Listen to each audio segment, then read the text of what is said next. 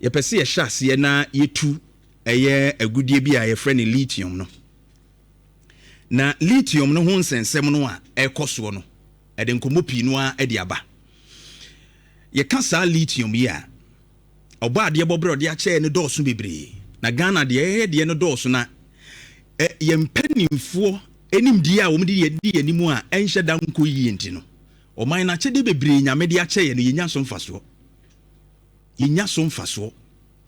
enti ye ne kwasi broni ekɔ agina bi ana ye kɔ esi agina ya eduru ba bi abehu no enkosi pɔ kakra kura ye benya firi mu no ketase hye prodwim kankan no na ye de asɛ ni nyina na ye lithium ya wo man enei empanimfo ye nhyehyɛ sɛ ye betumi adi hu dwuma na adi sika abre wo man no na afei so aboa ama no matumi akɔ nkan wo man sika sɛm tutuye mu ensem pi no ana firi mu eba lithium ya de a batteries a eye rechargeable batteries ye say car battery ene de deda ye phone mu ni ade nyina no lithium yi ye didi hu dwuma enti ye ade bi a se wo ye oman na wo bi na wo di hu dwa ana wo di dwuma ebua ma oman no enso timi gina yie se wo timi tutu no ma yie nko ade a enye ade a eye kwara kwa ye de ye no ma bebre in fact enuro nyina ba pharmaceutical industries no a wonu mu use lithium ibi wom tie wonu obi te se lithium carbonate ene nuru ahodo bebre nso ho a lithium no so mfaso do so bebre a wo man no se ye de kwadwa man so na ye de kodi hu dwa ye benya so mfaso bebre na nso nkame ya ye se ye starting good e call bauxite hu kakra ye de mu a chese ye nya fam hu nyame de ache yen ni nyina wo man no ye hu ano chese ye dware hu ye hu a ye pie ye hu ye hu ne ye kɔ de ye ba bedru ba bi ni chese ye call la sulala wo IMF enti ehun anko hia se saa bre ya lithium ehun komodie ekoso no yetimi di hu nkomo yi na etumi di mfaso a ese fata edebre wo man no na ma wo man ni edi yi na wo man ni etimi kɔ danim na ne abanyina ne se ena no ada wo soafo a on na hwɛ nsase ene obo ade bobra wo de akyɛ yesu Lands and Natural Resources Minister Manuel Makofibo a ede saa lithium ihu dwumadie no ho nsɛm kɔto parliament papa yi a woda Facebook Nhyira 104.5 ye live on Facebook na join me na Amakofibo a ede kɔe sɛ deal no komo hwɛ na agreement no yentumi anyintum na de na ɛwɔ so ye 5% na ehun komodie baaye sɛ 5% no esua because already na bind that no okɔ ye no kra hyase no na nko 10% royalties aban no chefa obenya wo mu no eni ade no na nka ese timi kɔ n'animu ɔhamobu pay edu but denti na minister yi ede kɔ ɔhamobu pay enum na kyese ne nka ba akɔ no kra na nka ekɔ no eye in fact me one of the people me believe say womu a ejina wo maye na mu de contract ema ahodo no bebre no empempi wo mu ni ye na abehwe no yetu ye femu agudie yetu oba ade bobro de ache yen yetu ye natural resources na yen ya yetu ne ha ne ye de ebenya mu ye kakra bi basa asem we bai na mse no ma me hwehwe mu kakra na yen hwe de enti a we no ekɔ ne saa na se yen ya mra ye ede to ho eno ema yen Minerals and Mining Act ana law ana ebo ye ho ban ebra no aye nhyehyeye ana limit kwan a ye be fa so a ye be deal ana ye be agreement about sa no mani bi enti no a minister bia na obedi sa adwuma ni bia no ewo ranger eso ogirem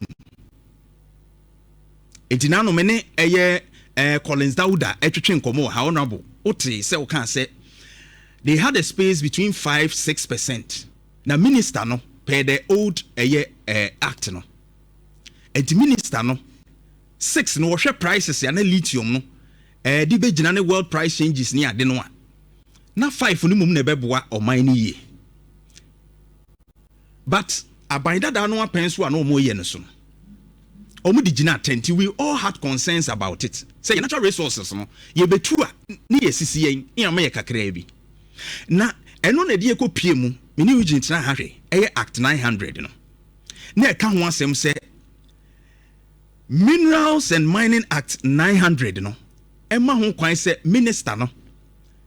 Etumi ede percentage bi a obetumi a prescribe a onu afin say ebeboa na ode to so anhye da anhye keten se yenye between 10 to 20% ye gya no open na se mra no anhye da anyina so so wonye percentage we edi minister no adwene mu ne ana ma otu ye ne 5% e hyase ma kasa bebre bai emi ye se esua ebinum kasa ye kura ye kan ho asem ha ne ade na eno ena Emmanuel Amakufibua, the minister of lands and natural resources wakotwe agreement no every parliament said the civil society organizations aka said the Ghana for e kasa ne ye dede wo ho no wo hu se anamutuo no etwase ye se etu ne foforo na emmoa amanfo ani nye ho, and that step was taken.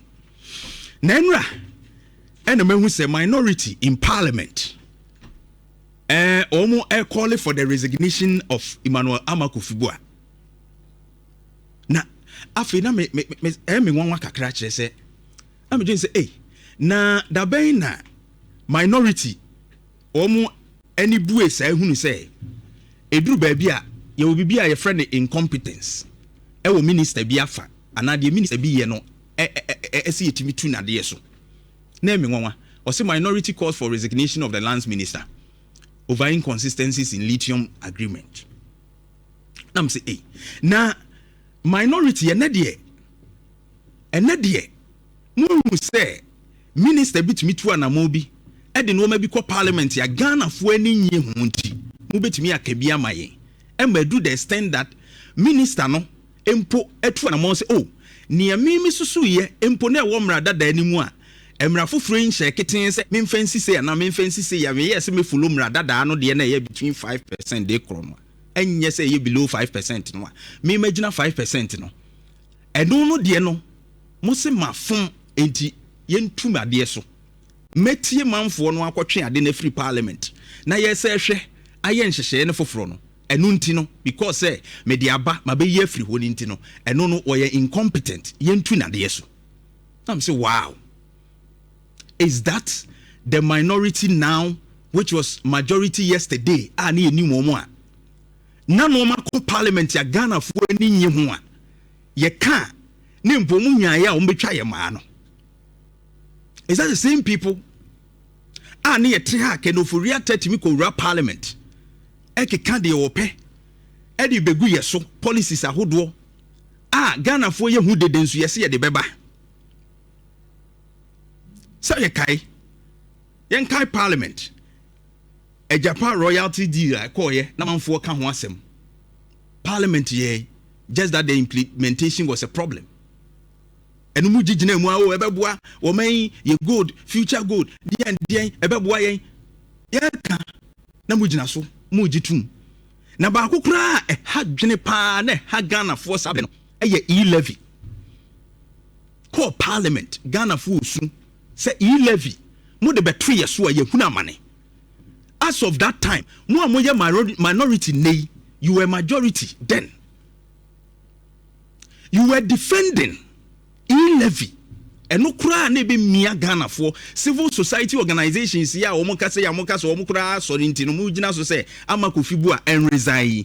They were talking then say e-levy no ebe ha Ghana for sabre no de na mo ye mu betwa ho cake eye hu birthday manhia yeso MP sticker Steven Nhyira Steven sticker ekasai Steven amwa eche say mu na mu wotumi we are in power, we will pass it today, we will pass it tomorrow oyentie ne kakra. We will pass it. Whatever they want to do, we will pass it at the right time. They can't do anything. We are in government. If they claim it will make us unpopular, why wouldn't they stop? Well, they know this is going to transform and change the lives of Kenyans. They know this is going to reverse the consequences of the COVID. They know this is going to put our fiscal space in the right perspective. And they are afraid that Ghanaians will continue to build their goodwill and confidence in this government. So please, we need a e-levy. We will pass it. Whatever they want to do, we will pass it at the right time. They can't do anything. We are in government. If they claim it will make us unpopular, why wouldn't they stop? Where is the car? Stephen Amwa, Nhyira MP. Sabre no na Ghana fu osumo ne levy. Ba mu amfie. You went ahead. But this is a minister. Ebra Ghana fu ye dede no. Though say some of us we were against the 5% say swamaye. But ye deda ye tiemu no. Emmanuel Amakofibua. Aso abie. Ono wa anye ye ntie ne atene bi. Said ye hu kane no. But he has gone and withdrawn it. So we be Ghana for there a wo ka. No a further engagement. Ami enya de beboa wo man. Then you are calling for his resignation. Sa brand ken ofuriata. Den na mutumi ye fa ho. Eduru ba bi kura ho MPs. E ka bo mu sem pese ken ofuriata. Ye tu ni free wo de ne siye. Ye mfimu e wo hwa na ado. Na ado dan ko akufu ado bra wo pe. Na afi no ma agi agu awie no. E no obedane no ho. Wentie ye bra kura na ye tietie mu. Mo parliament mo pass ye. Mo pass that e-levy. Kelni GVG. Hifo na ankasa wo kurumu a. You didn't say to kura timi begina ye ho ayi. That time you didn't even mind. Na mu kura parliament. You did what you want. Just say one time no ekura parliament a Ghana fu osu kura ye nyimpie biem. But this man Ghana fu osu say 5 no moye de omo kone. He's withdrawn it. So why are you calling for his resignation? So nyachum no. Nyachum the hypocrisy on the part of more politicians. Now upon kroma kan bibi, wasi bibi ekosu biya ya na ye for mo personal interest. Eye de mu benya, wasi politicians, don't trust them.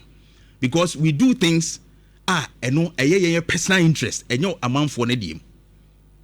Who call for the resignation? Your friend is saying, former Rose Minister Esiama, that time, ede ne course. O ye roto, amfa parliament impo. Ye ready budget wie ya, amfa mra kwanso. Onu ase me ye frim, kwesi am wakwata. Forgive me for the Esiama. Am wakwata. Na onu a ede ne pe. Roto metwem. Ni e wo mra ebo ho bra, amfa parliament. That time you didn't call him incompetent. Anka se minister na de na wo ye no kra amfa kwam to resign. The hypocrisy were more part of the politicians in Muno. And no ne how may you. One thing I will tell Emmanuel Amakofibua and say, yes, what ye, but make sure say stakeholder engagement now. Oh, you know, a bit me ama your percentage, you know, akwonenim before you lay it back to Parliament for approval. Me meet me account on Nhyira 104.5. You know say to be able